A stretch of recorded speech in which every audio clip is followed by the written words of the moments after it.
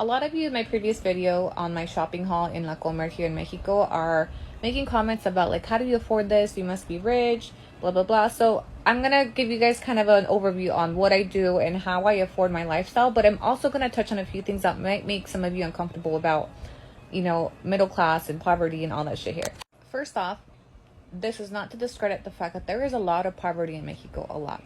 But not everyone that lives in Mexico is poor. And I honestly feel like those of you that live in the U.S., and not the person that made this comment, but everybody else and a lot of the people in the comment section are from the U.S. and view Mexico through this lens that everyone here is poor and they struggle because they don't make a lot of money because, you know, minimum wage is so low, which is to an extent true, but there's also a lot of wealth in Mexico.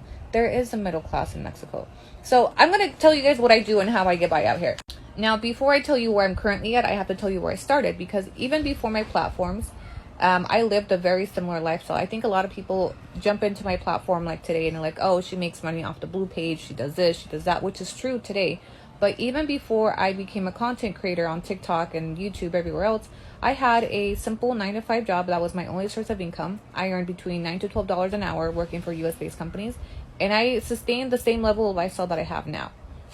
I still shopped at La Comer. I still shopped at Walmart. I still spent about $300 to $400 a week on groceries. Currently, I still work for my 9-to-5 part-time. I'm a virtual assistant for a US-based realtor.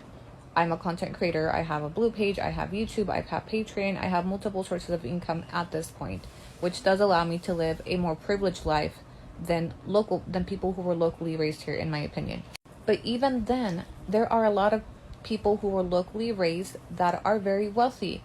If you haven't been to Mexico City, there's a lot of rich bitches over there, okay? Even in Vallarta, and they're not all people that are expats or Americans or Canadians. There are people, what I'm trying to say is that there are people born and raised in Mexico that are not poor.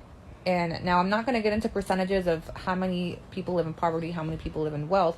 I just feel like the U.S. has an accurate perception that everyone who lives here must be poor. And if they're not poor, it's because they're involved in organized crime, or they must have, you know, they must come from the States, which in my case, I have experience from the States, and that has given me an advantage out here.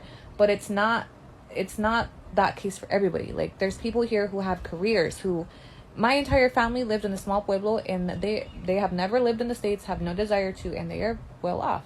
They have careers, they have houses, they have vehicles, they're not in poverty like we expect everyone to be down here, is what I'm saying.